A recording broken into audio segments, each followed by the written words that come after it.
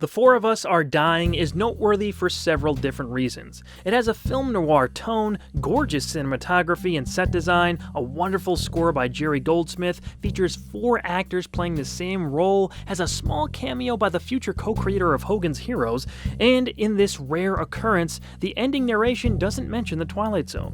Based on the unpublished short story All of Us Are Dying by George Johnson, this episode had a challenging pre-production. Originally, they tested makeup to see if one actor can pull off the different faces the main character takes on.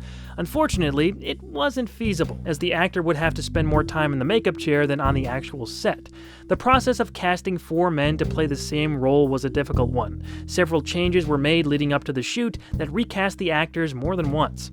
Serling's adaptation of Johnson's story changed almost everything except the main concept, that concept being a man who can mold his face to take on appearances of other people. Arch Hammer is a con man who has the ability to change his facial features into that of others. In one night, he plans to take on the appearance of 2 recently deceased men. The first is a musician named John Foster. He goes to a club where Foster's girlfriend Maggie sings to reintroduce Johnny to her. Hammer is so taken by her beauty, talent, and love for the man whose face he's wearing, he hopes to continue the relationship, this time with him playing the part of Foster. Next, he changes his face to that of murdered criminal Virgil Sturrig and heads for the residence of the man who had him killed, Mr. Pennell. Once there, he helps himself to cash that Sturrig was owed and more.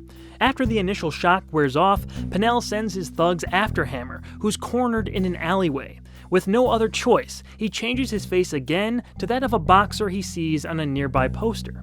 He escapes that situation, but soon runs into the boxer's father and quickly learns of their bad blood. The lives of those Hammer takes on the face of start to catch up with him in a very well-executed episode directed by John Brom.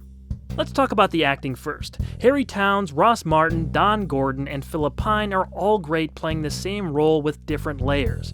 I'd say Ross Martin's scene with Beverly Garland, who plays Maggie, may be the best. Garland's reaction to seeing her resurrected significant other is truly outstanding. She's definitely the scene stealer in this episode.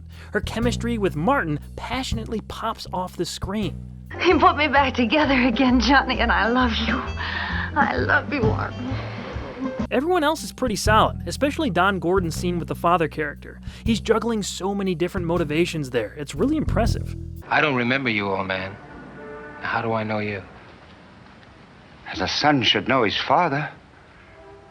Philip Pine's scene with the gangster, Mr. Pennell, is done well. Although, he does say that name about 500 times in 2 minutes. Mr. Pennell, Mr. Pennell, Mr. Pennell, Mr. Pennell, Mr. Pennell, Mr. Pennell, Mr. Pennell, Mr. Pennell, Mr. Pennell, Mr. Pennell, Mr. Pennell. That is Bernard Fine playing Pennell, by the way. He would go on to co-create Hogan's Heroes a few years later. As good as the acting can be, the real star of this episode is the stunning cinematography and set design. George T. Clemens does it again. Right away, we're hit with bright neon lights on a city street set. They're unnaturally overlapping, but that just adds to the surreal visuals that give this episode life. The candid angles give us a unique perspective too, and the stark black and white add to the overall style. I just love how this looks, even if they clumsily freeze frame on the hotel sign Hammer is staying at. They do it a couple times too. I thought my Blu-ray froze. Anyway, the visual cues that set up Hammer's face-changing abilities are pretty clever. Using one shot, they show him shaving in the mirror with different actors swapping in and out.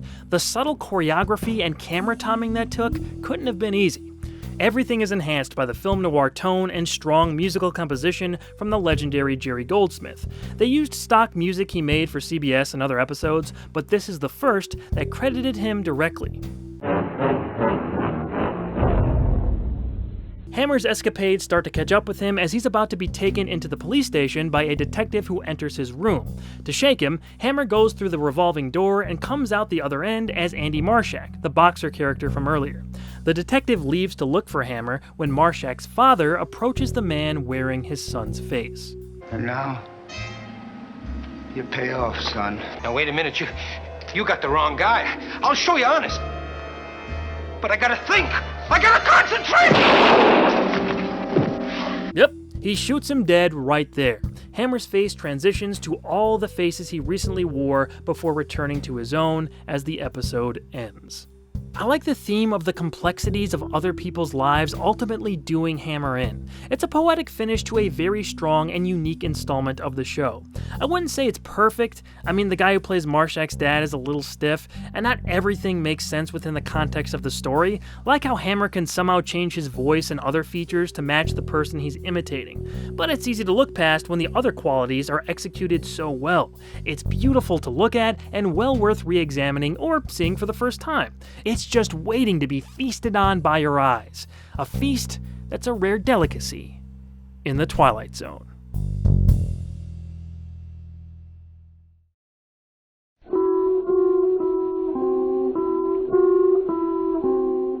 Mr. Pennell.